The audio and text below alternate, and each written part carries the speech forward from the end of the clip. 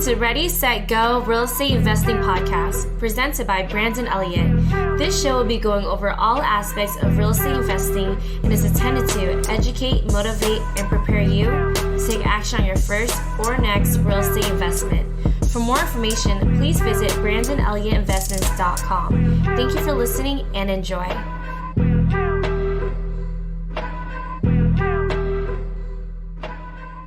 Welcome back, everyone, to Ready, Set, Go Real Estate Investing Podcast. I am your host, Brandon Elliott. Hopefully you guys are all doing well today. Super excited.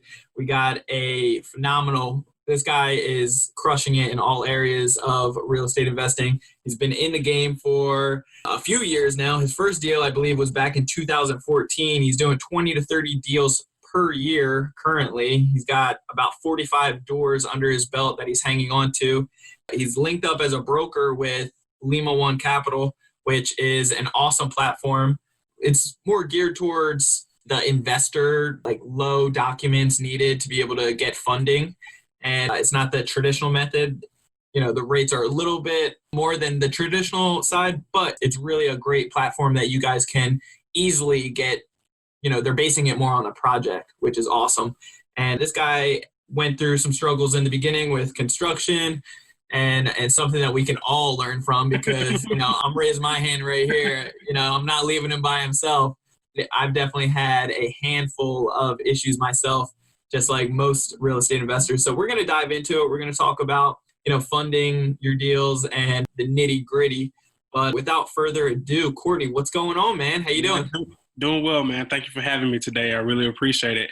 And looking forward to getting in and diving in, talking about deals, talking about funding deals and credibility packets and everything, man.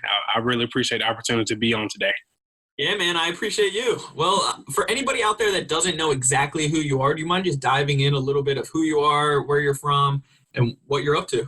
Yeah, so my name is Cortney Newmans. I was born and raised in Macon, Georgia, which is probably about an hour and a half outside of Atlanta. I went to the University of Georgia, enjoyed my time there, had fun. Southeastern Conference School, so you're definitely going to have a little bit of fun. Came to Atlanta after graduation, and my first year, moved job to job, really trying to find my foot of what I wanted to do. And then in 2012, I landed a job with Lima One Capital, who's still my current employer to this day, full-time, working on the real estate side. I've always had a love for real estate, and then I've always had a love for numbers on the finance side. So loving the job that we're doing over at Lima One Capital, company that's grown from $1 million shop to over $100 million a month shop now. So seeing that growth in the last 8 years has been amazing. And then be able to tailor products for our clients and then just grow with the market and then just read and react to that market has been great. And then for me personally, my first 2 years there is really learning the business of real estate in Atlanta. That's where I was headquartered at. And then just really understanding what a real estate investor does as far as from the fix and flip side, just learning that side of the business and then just seeing how my clients were being successful, making $30,000 to $80,000 off of a house that they flipped. I was like, man, I want to get into it. Yeah. But just learning that. And then so me and two of my close buddies, we did our first flip in 2014. That deal actually took 18 months. 18 months on the first one. That happens. On the first one. So we bought a house in a historic area called West End in Atlanta. We bought it for like $35,000. Then we had our contractor told us, hey, you can get it done for $95,000. The construction ended up being around $120,000, $130,000 on that house. The ARV actually grew as the time went on, so we didn't lose too much money, but it was definitely some pains along the way. And so that was part of my real estate career there as far as an investor.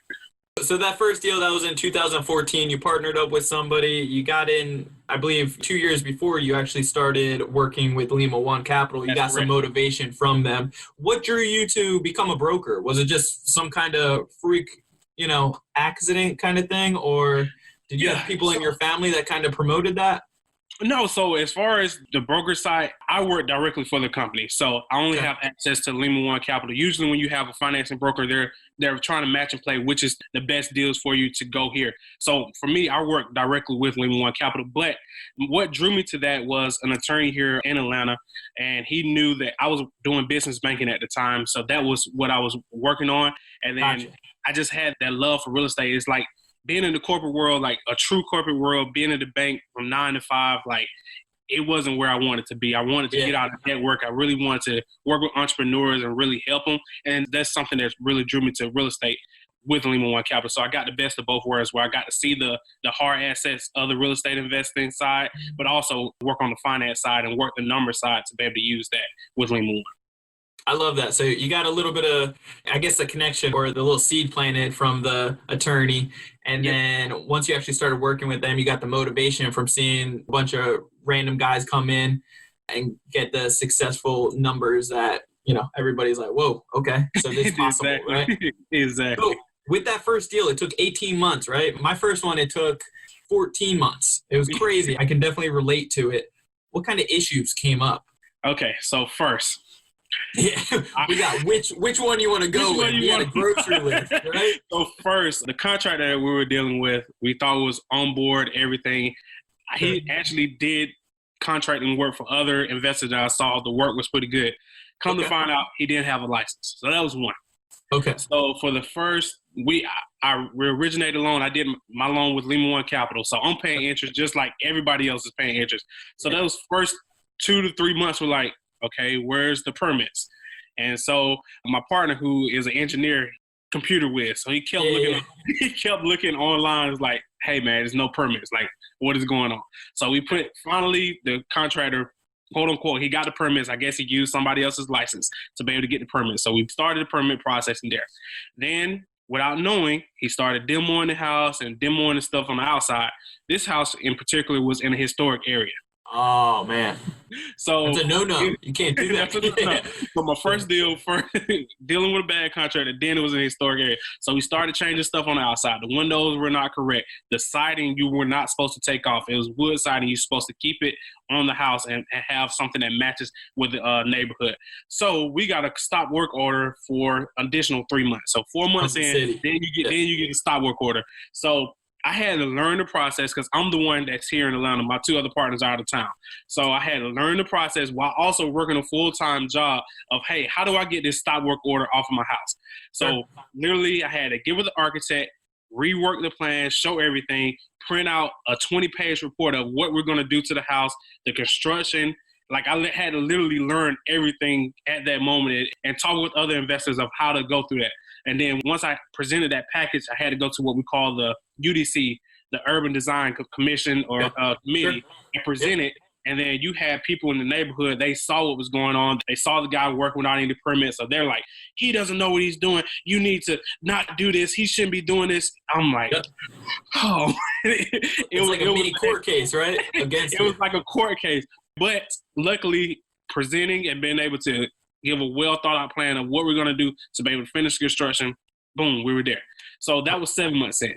Gave the guy another chance. So, and then worked for another 3 months. So we're at the 10-month mark now. Now at the 10-month mark, it's like, hey, can we finish the house? And then we got another stop work order because he tried to do a driveway without getting the right permissions. So we got that stop work order. And then at that point, my partner was like, hey, get us out. Get us out. Enough is enough. Yeah. And for me, I'm not a person that I don't like to quit. So we're able to refinance the loan, get them paid off. And then at that point, that's when I really learned construction. It's like, hey, I need to find an electrician. I need to find a plumber. I need to find a cabinet guy.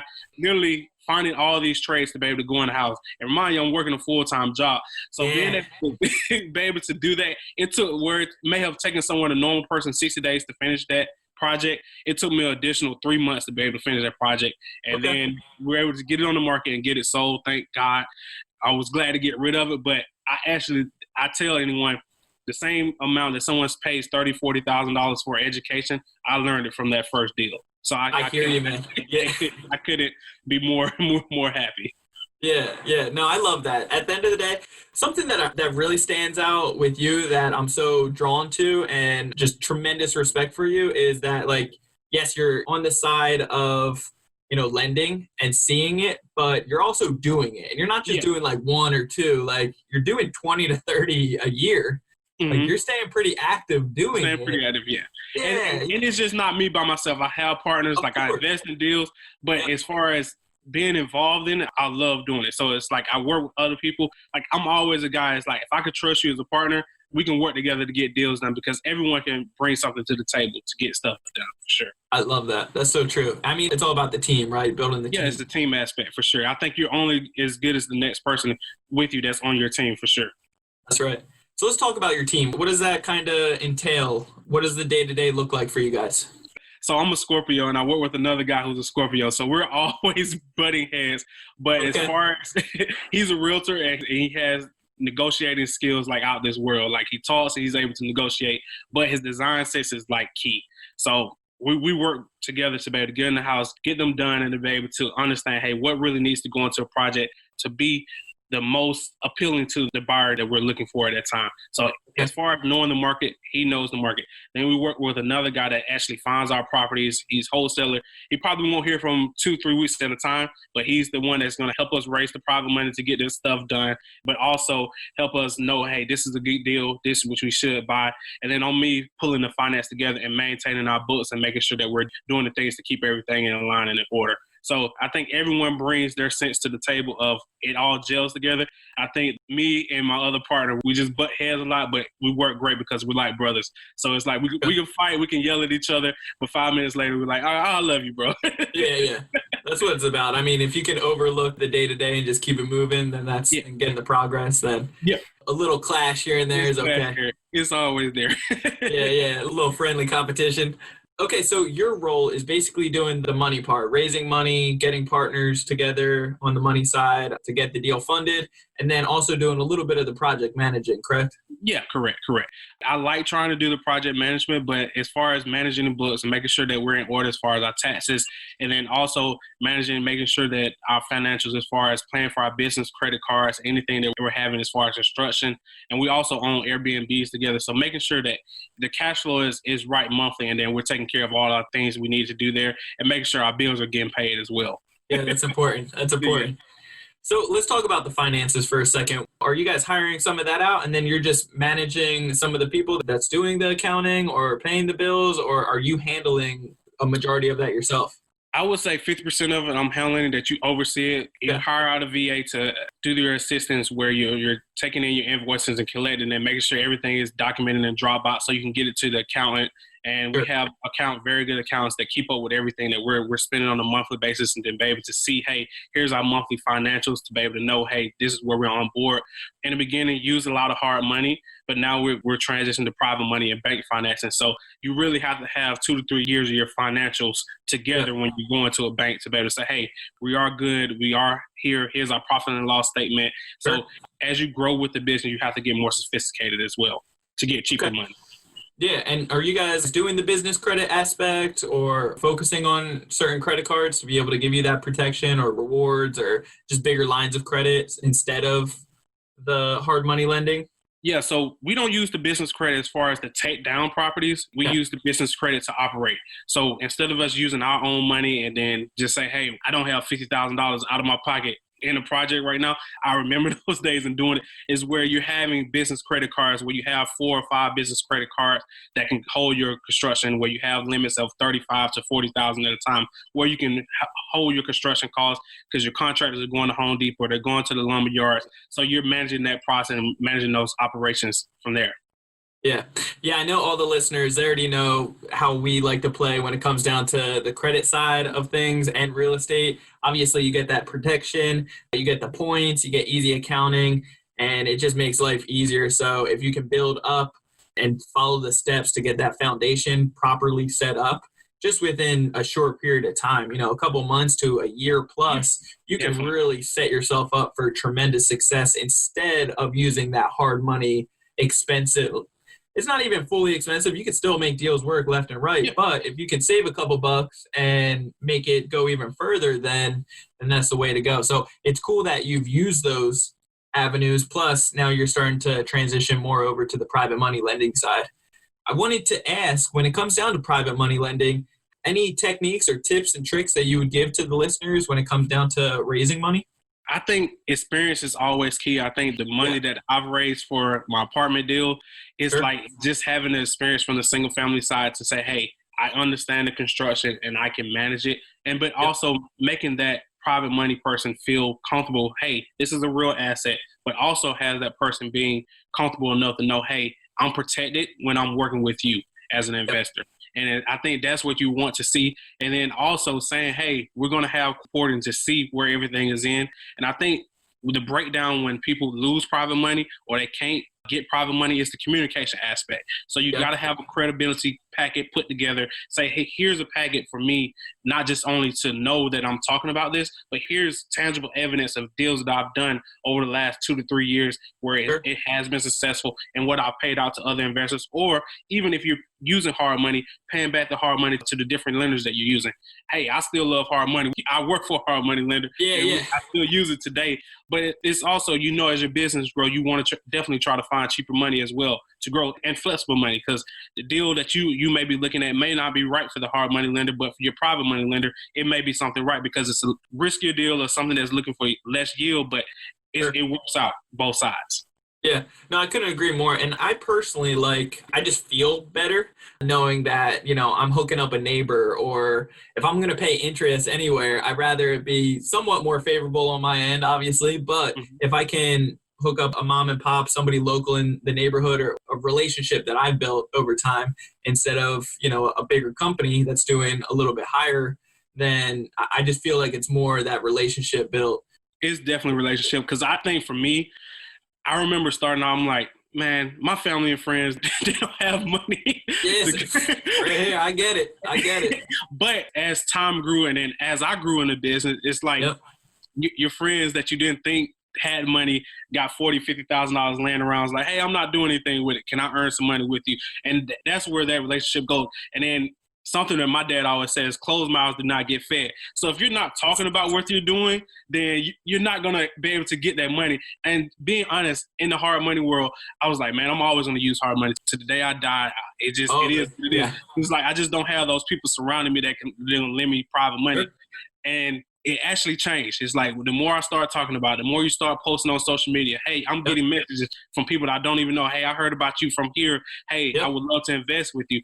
Those are the things that really help you grow your business and enlighten you to say, hey, it is possible. I really thought it wasn't possible, but it is definitely possible to grow. Yeah, no, I mean, it's so true. Right in the beginning, I was the same exact way. I was looking around at my family and I was like, I didn't have the confidence. First off, number one, because I didn't know what the hell I was doing, right? And my family definitely didn't have it. Even friends in my area, I was like, nobody's going to lend me money. Yeah. So I thankfully used credit first, but it got to the point where, after you do so many deals, or the confidence or just the boldness of always talking about it and being excited about it, have backup plans and so forth, then people come out of the woodworks of like, hey, well, I got a little bit of extra money or whatever it may be. Can I invest with you and partner up? And and that's where you can get those long-term relationships and always have the funds to be able to constantly close on deals and really start getting this system going like you've done. I mean, 20 to 30 deals a year while working a full-time job. You're not doing it. This isn't a one-man project. You're doing the construction and everything. It's not. No. It takes that team like you brought up. But, I think that's awesome. That's what it's about. So we talked about some of the learning curves on that first one. Overall, with how many projects you've done at this point, what do you think would be your biggest learning curve, or maybe just certain things that just kept on smacking you in the face and you're like, all right, enough is enough. I gotta learn from this. One, I think, is control. I think I had a control issue where you wanted to be involved in every aspect of the business. And and I think that's one thing you have to learn is like, hey, hire somebody else that is good at doing that side of the business. Because at one point, like even for staging properties, I was like, instead of let's save the cost and let us buy all the furniture to stage houses. I'm not a stager. I'm not a designer. So it's like, why should I do that? And I think you have to be able to get comfortable where you're able to let go of certain parts of the business and let people who are experts pay for that service to be able to help you in the long run, because that's going to save you. Because you got to think, if you stage a property and you do it wrong, you could be sitting on the market for 2 to 3 months. But if you have an expert, you can sell the house in 2 weeks. So you just saving your holding cost. So it's just like little things like that. I think hire for what you need in the beginning. And then I think really for me, that whole aspect of like being a jack of all trades, it doesn't work with this field. If you're really trying to scale, it's not going to happen. That's so It good. is not. It is not. Good. And I think you have to really maintain relationships. I think the most you're good with people is like, I think that's the best aspect. I work in the lending world. I know how to connect. I know how to make sure, maintain a relationship. That's what I'm good with. And I think you have to do that with the people that work for you as well, for your contractors, construction workers. I think you got to tread that line of, hey, you got to be stern here, but you also got to have some understanding there as well. So I think you just have to really know how to work with your people. I love that. I want to talk about lead generation for a second. I know that's not necessarily like your main focus. I'm sure you got other people on the team that are bringing that aspect in, but I'm sure it's still something that you're not totally unfamiliar with, right? So let's talk about lead generation. You know, each market's slightly different, but how are you guys going after your main lead source? One, I think, is networking. It's like people bring us deals because they know, hey, we can close, we can buy. So I think those are the deals that are probably the easiest to get. It's because it's all through networking. It's like you get a text message from your guy that hasn't even blasted it out to his list and like, okay, I want it. And then two, I think everyone is doing different type of market as far as direct mail, cold calling, texting. I think the thing that we've seen is the most successful in the last 3 months is a service called Lead Sherpa, whereas you're able to buy lists and then you're able to blast and text message lists. That's actually worked during COVID. I think that I've talked to a lot of people that says people are able to respond to text messages versus the cold calling because they're getting cold calls from everyone. But if you get a text message, you have a conversation through text messaging, then it's a good way to get deals done. So I think those have been the two for sure. Are you guys doing any type of like pay-per-click or anything? No, not really. No? Yeah. It's something I want to get into, but again, it's something that I haven't been able to focus on and understand yet. Yeah, that's totally fine. I mean, if the funnel's staying full and you guys are still pumping out work, and at the end of the day, you know, you got the systems in place. I love the idea of, not even the idea, the simple fact of just getting the word out there and the relationships, because we get a majority of our deals as well from relationships, you know, so it's awesome. And so the thing is, we're operators versus deal makers. So someone else is doing the legwork for us to be operators, to be able to operate and buy value-add transactions. So that's where our focus is for sure. Yeah. So let's talk about Airbnb for a second. For the most part, you guys are doing fix and flips, and then as far as holds go, you're doing Airbnb, and you're doing some regular type of just long-term rentals, correct? That's correct. So Airbnb, how long you been doing that? Airbnb is going on 2 years now. For me, these are all selfish questions that I'm going to start asking because we just started doing Airbnb. You know, so it's going to get real selfish real quick. So for me, I think I started Airbnb like 2018 and kind of did it accidentally where the property that I moved out of that I was living in, I turned it into an Airbnb. And then I'm like, this actually works. And I managed the Airbnb my first time, and then I learned later on, it's like, I can't manage it. Hire a third party, manage it, take care of the bookings, talk with people. I think that's where it started, is where the first house I had, I moved. And then I try to, like, my goal that I buy is I like to buy a house every 2 years. It's like, use a conventional loan down, get that 5%, and then you're getting the Fannie and Freddie as far as the rates. You're getting that low 4s to 5s and low 2s, well, high 2s right now. Yeah. And so getting that crazy, isn't it? Those rates are ridiculous right now. Exactly. I love it. Exactly. And so when you can move every 2 years, you convert that and keep that loan and keep that property as an Airbnb. So that's what it has happened for me. And then we've had some flips where we've cashed out, refinance, and held them as Airbnb. Like, hey, we finished up the flip in late September. We're like, we're just going to Airbnb this for the rest of the year until March, and then put it on the market then. So that's doing like the BRRRR strategy a little bit. Yep, correct. And so that's where we have been with our Airbnb. So at any point, we've had maybe 2 to operating 8 Airbnbs at one time. Okay, awesome. And then just what does that look like as far as the team goes with managing it? Is it just one person virtual assistant? So I don't even know. We hire a third-party management company. You got one person you got the relationship with, and whoever knows how they handle it. Yeah, I think I've seen the text messages, like, it'll be 1 o'clock in the morning. I think they definitely have a virtual assistant be able to handle the bookings and the responding, because they have a high response rate. They're super hosts on Airbnb. But again, thing I learned, hire out somebody else is good at it, because I managed it, my first Airbnb, and I'm like, this is a headache. Like, being responsive, answering questions. handling the lock-in, coordinating the people to come clean the property. When there's a maintenance issue, having someone come out to be able to do the maintenance, it's a headache, and I can't do it. Again, I have a full-time job. It's adding on a layer. It's not there. Not doing it. I hear you. I love that, man. I've always been a firm believer that the first couple months when starting anything, anything new that is, I always personally like to get hands-on and try to learn it before I can actually, just so I can relate with whoever I hire on and I can make sure that they are doing it right, that they're not like passing anything, past my eyes type of thing. And as we were on vacation last week in New Jersey visiting some family, I noticed we had a couple people staying with us. One tenant or one guest, they ended up losing their keys. And I was just like, dude, you lost your keys? Like, how'd you lose it? It's a set of 3. I'm like, how'd this happen? And it was just, we had some of the systems in place getting prepared for this trip, but it was still like, man, I can't wait to fully hire this out, right? Exactly. So I'm going to need to pick your brain after this and get your contacts for I got you. Yeah, I appreciate it. Cool, man. Well, let's talk about any other big, I know that you mentioned the construction was a huge learning curve in the beginning, just hiring on the right person. Is there anything that you've learned from that to just be able to make sure you always have the right person moving forward? I think, so construction-wise, I think what we've come up with is we have a finished package. So we know what finishes we're going to put in each property. So I would say, one, never let your general contractor pick out your finishes that you're going to put in property. That's a good one. You never know. They're always going to buy something that's going to be cheap.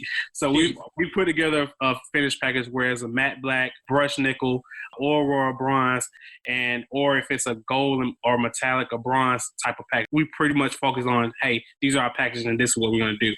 And I think from the construction side, it's just working with each trade. So for us, we've actually managed that takes up a lot of times because we don't hire a general contractor. Gotcha. We manage all of the trades to go in. But I think it was a learning curve at first. But once we get a house, they know how we work and they know, hey, we got to get in and get this project done. And I think knowing what you want to do is for construction is really key, and what you want to do to the property is key. And so understanding that and having that relationship with your sub is just going to make the process easier. And just know what is expected. Hey, we're not cutting any corners. We know buyers are sophisticated, so please don't try to cut any corners. We're going to do total new electric. We're going to do total new plumbing. We're going to drywall, paint, everything is going to be on the up and up, and we're going to pass code. We're going to get inspections to come in and there. So it's always been that key. Okay. I love that. Cool. So what does your future look like? Like, what kind of goals do you have moving forward, and what are you trying to accomplish? I feel like you're on a strong path right now. I don't know where you're trying to go, but it's definitely the compound effect is really starting to get some momentum going, which is awesome. Yeah. So what, sorry, I'm putting in a charger. Do your thing, man. You do your thing. That's all right. You take your time. That's fine. That was me like a week ago. I was doing the same thing right in the middle of a call. I was like, oh, man. Yeah. I thought I was about to die, so we're good to go. I got to say. But as far as the goal, I think what I really want to do is have anywhere from 300 to 500 multifamily units. And so the flipping has afforded us to be able to have the equity to grow, to be able to get into multifamily units. And what we're focusing on is value-add transactions. And the first one that I'm doing now is in Macon. Literally, I was scared because we're in the middle of the pandemic and we're supposed to close on May 15th. And literally, I had to have a decision. It's like, hey, do I lose $25,000 of earnest money, or do we go forward with that transaction? Now, I'm glad we moved forward and didn't get cold feet because we're pre-leasing stuff before we even get it done. So I think that's where we're going to move our focus is in transaction, because it's like a hamster wheel. When you're doing the fix and flips, it's just not a scalable business. But when you can buy 36 units at one time, it's a scalable business because you get the units to scale there. So that's our goal, is to be able to grow and have those multifamily assets in the near future. Okay, so right now you're going to start transitioning more into, the bigger multifamily to hang on to those. And it's always about the value add, right? Like for any new person that's listening right now, it's all about the value add. You're not trying to get something that's cookie cutter. I mean, I guess it depends on your thing, It depends on it, Because it could be a cookie cutter deal because you need to 1031 into it. Yeah. So that's the easiest way to go into it. But for us, we're trying to, put up the equity and recapture our equity once we do a value add transaction on the. That's so good. I love that. And what are you thinking about the pandemic right now? Like, have you seen, I know we saw just about a month or so ago, a little tightening up with the lenders. How's everything looking right now? It seems like as things were starting to open up, nationwide a little bit more, now it's starting to all close back down again. At Lima One, we've been very cautious. So when it came around, we were still doing lending, but not at the scale we were doing pre-March 15th.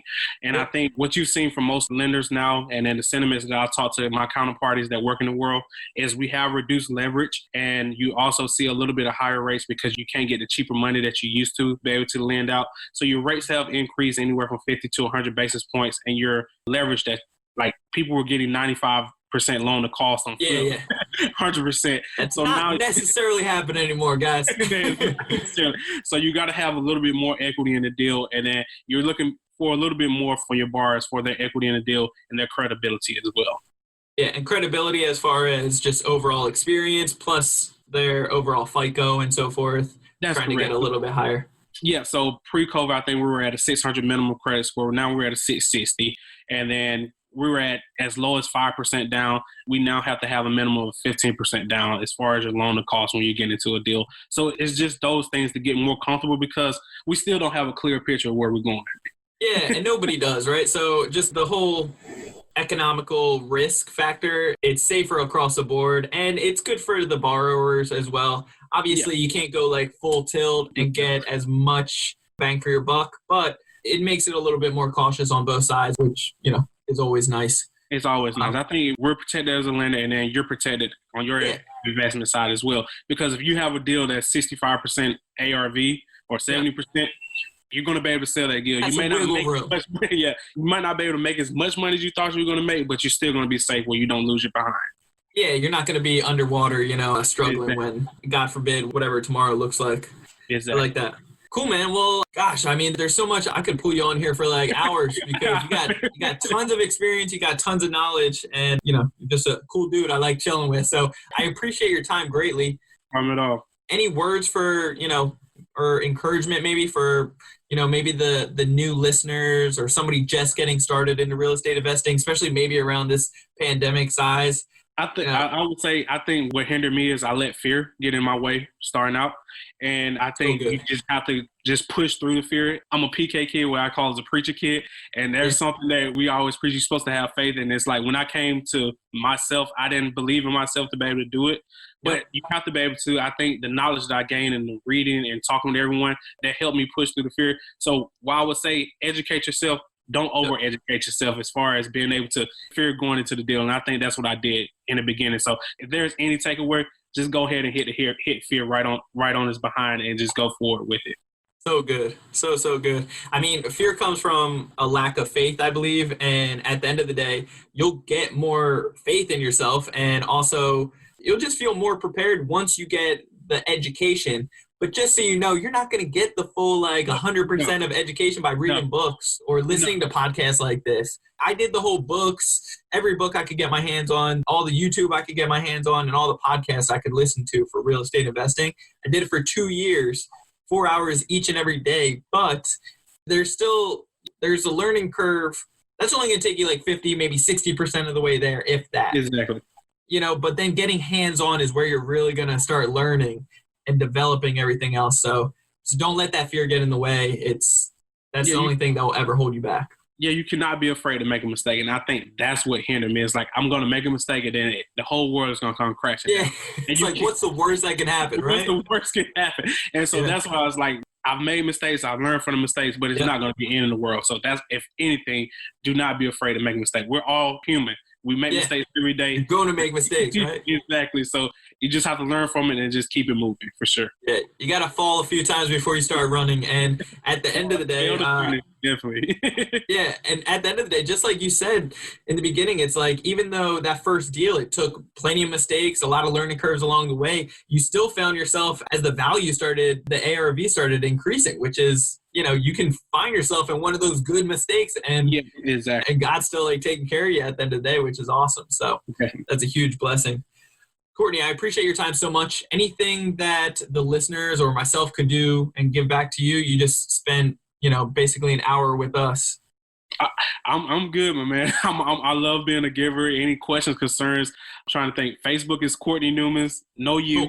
So my name is Cortney with no you. So you can find me, send me messages on there. Instagram is CNEW37, CNEW37. So if you want to reach out there, and just feel free to reach out, and any questions, concerns, anything you want to team up on, I'm always open.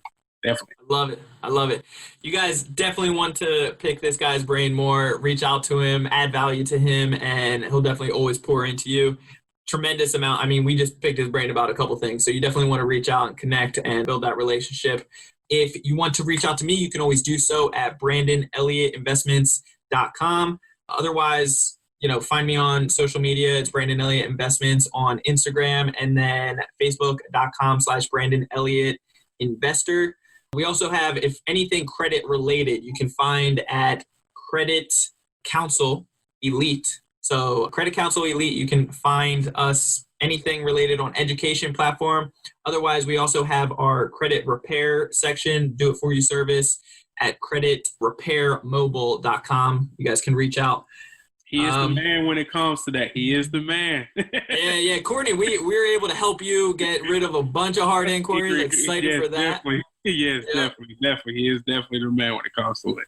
So I appreciate you guys greatly. If you guys have any questions at all, make sure you reach out. We'll take care of you. But we will see you on the next one. Hit that subscribe button so you get the newest notification every single Monday. And leave a review. Let me know what you guys think about it. Till next time, guys. Stay blessed. Courtney, you're the man, bro. Appreciate you. Thank you, man. Peace. This has been another episode of Ready, Set, Go Real Estate Investing Podcast, brought to you by Brandon Elliott. For more information, please visit BrandonElliottInvestments.com. Also, please don't forget to like, share, and leave a comment below. Thanks again for joining. Until next time, God bless.